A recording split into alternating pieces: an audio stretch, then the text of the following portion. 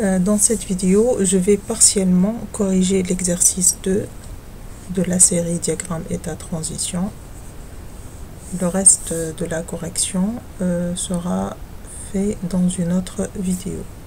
Donc on commence à lire l'énoncé. Cas du Publiphone, le prix minimal d'une communication interurbaine est de 1 €. Après l'introduction de la monnaie, l'utilisateur a 2 minutes pour composer son numéro. Ce délai est décompté par le standard. La ligne peut être libre ou occupée.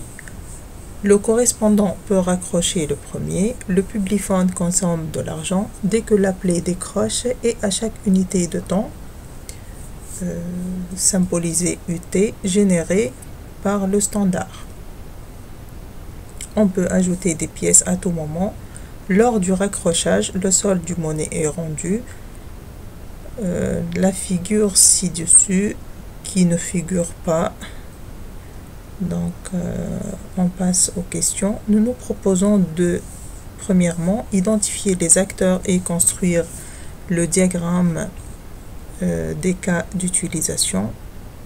Donc, pour cela, je vous ai élaboré une correction qui est écrite à la main.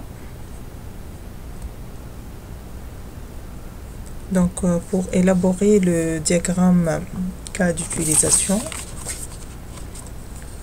première chose à faire, c'est de définir les acteurs. Ensuite, définir les fonctionnalités. Ici, nos acteurs sont l'appelant et le standard. Et nous avons une seule fonctionnalité qui est téléphoner. Donc, l'appelant va téléphoner au standard.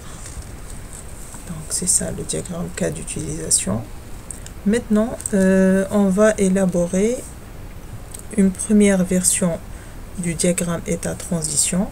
Pour l'élaborer, il faut définir les acteurs du Publiphone, les états du Publiphone et les transitions qui permettent de le faire passer d'un état à un autre. Donc, initialement, nous avons le Publiphone qui est raccroché. Lorsque l'utilisateur il décroche le combiné, le Publiphone passe à l'état, il est en train d'attendre les pièces que l'utilisateur doit introduire. Une fois l'utilisateur commence à introduire les pièces, il y a un crédit qui va être augmenté ou bien incrémenté par le standard. Quand le crédit est supérieur à 1 €, donc il passe à l'état attente numéro.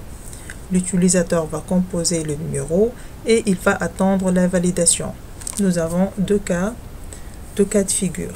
Soit le numéro est valide, donc le Publiphone passe à l'état attente de décrochage, soit le numéro est invalide. À ce moment-là, la communication va être interrompue. Aussi, nous avons, lorsque l'utilisateur ne compose pas le numéro après un temps inférieur ou égal à 2 minutes, la communication aussi va être interrompue. Donc, nous avons dit, une fois le numéro est valide, l'utilisateur va attendre ou le Publiphone va passer à l'état attente de décrochage. Nous avons deux cas de figure. Soit nous avons la ligne qui est occupée, ou bien le temps est passé, donc time out. À ce moment-là, la communication va être interrompue. Soit l'appelé va décrocher son combiné. À ce moment-là, la communication va débuter et le solde ou bien le crédit va être taxé à chaque unité de temps. Le crédit va être taxé et la communication va être maintenue tant que le crédit est suffisant. Le Publiphone va passer à l'état en communication. Puis, nous avons le cas de figure où l'appelé peut raccrocher ou bien l'appelant peut raccrocher. À ce moment-là, la communication va être interrompue aussi. Donc voilà pour cette vidéo.